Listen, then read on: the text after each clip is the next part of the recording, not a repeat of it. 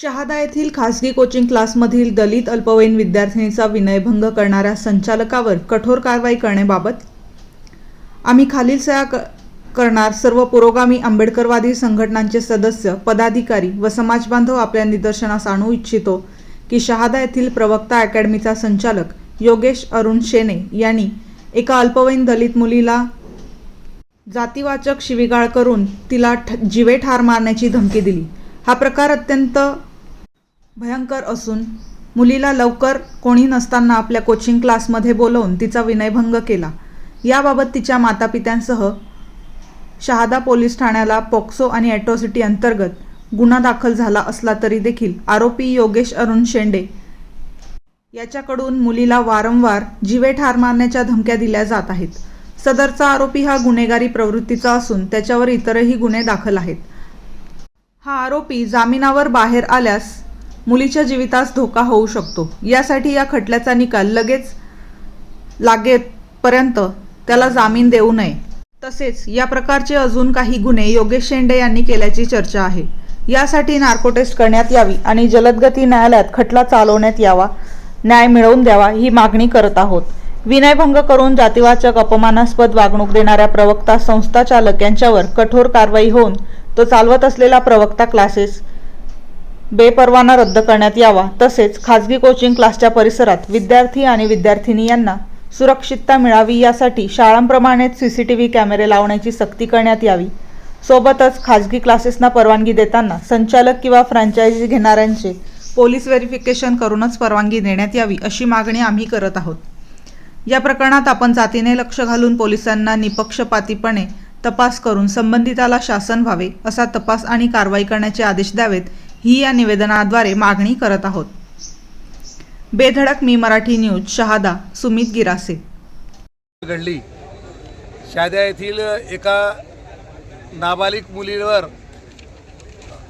प्रवक्ता अकॅडमीच्या संचालकाने जो अतिप्रसंग करण्याचा प्रयत्न केला, त्यामुळे शहाद्यातील संपूर्ण आंबेडकरी समुदाय व सामाजिक विचारधारा जोपासणाऱ्या संघटनांच्या वतीने आज पोलीस उपविभागीय अधिकारी यांच्या कार्यालयावर मोर्चा आयोजित करण्यात आलेला होता। या मोर्चामध्ये शेकडो समाज बांधव आणि निवडक महिला यासुद्धा सामील होत्या। तर आजच्या या मोर्चाद्वारे माननीय DYSP यांना आम्ही निवेदनाद्वारे असं सांगितलं की जो पुढील तपास करणार आहे त्या तपासामध्ये हा जो शेंडे म्हणून जो प्रवक्ता अकॅडमीचा संचालक आहे याच्यावर पूर्वी गुन्हे दाखल झालेले आहेत, त्या गुन्ह्यांची सुद्धा चौकशी करून तुमच्या या चार्जशीटमध्ये ती नोंद आली पाहिजे।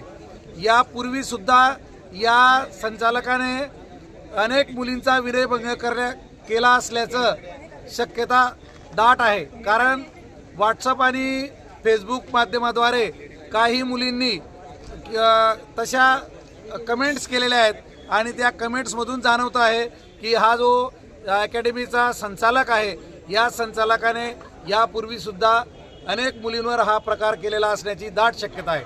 तसंच त्याच्यावर एक खटला दाखल आहे, ज्या खटल्यामध्ये त्याच्या पत्नीने आत्महत्या केल्याचं असं त्याने दर्शवलेलं आहे, पण त्याच्या पत्नीच्या माहेरचे जे लोक होते त्यांनी हा खून आहे असं त्यांचं म्हणणं आहे। म्हणजे याचाच अर्थ असा आहे की हा माणूस समाजविघातक आहे।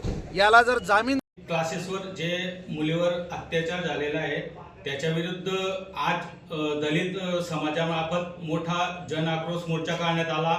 तसेच भाग्यश्री चौधरीच्या नुकताच एक ताजं मॅटर आहे असं वारंवार प्रकरण घडत आहे। याच्या विरुद्ध आपलं पोलीस प्रशासनामार्फत ठोस पावलं काय उचलले जाणार आहे? दिनांक 3/1/2026 रोजी शहादा शहरात एक कोचिंग क्लासमध्ये एका लहान मुलीचा विनयभंग झाला होता। त्या अनुषंगाने फिर्याद दाखल झाल्यानंतर तात्काळ शहादा पोलिसांचे अधिकारी अंमलदार यांनी सदर गुन्ह्यातील आरोपी त्यास अटक करण्यात आली। अटक केल्यानंतर आम्ही त्यास माननीय न्यायालयासमोर हजर करण्यात येऊन त्याची 3 दिवस पोलीस कस्टडी घेण्यात येऊन अधिक तपास करण्यात आलेला आहे। तर जामिनावर सुटू नये यासाठी आज मोर्चा होता। या संदर्भात आम्ही जामीनला विरोध करणार, त्याबाबत आमचे शासकीय सरकारी वकील असतील त्यांच्यासोबत चर्चा केलेली आहे। आणि याच्यात काही खाजगी क्लासेस बिना परवाना आहेत असं आरोप करण्यात आलेला आहे. त्यांच्यावर तुम्ही कारवाई करण्यात येणार आहे का चौकशी करून? त्या संदर्भात आम्ही शैक्षणिक विभागाला त्याबाबत आम्ही पत्रव्यवहार करून त्याची माहिती देत आहोत. आणि भाग्यश्री चौधरीचे जे मॅटर आहेत त्याच्यात कुठपर्यंत तपास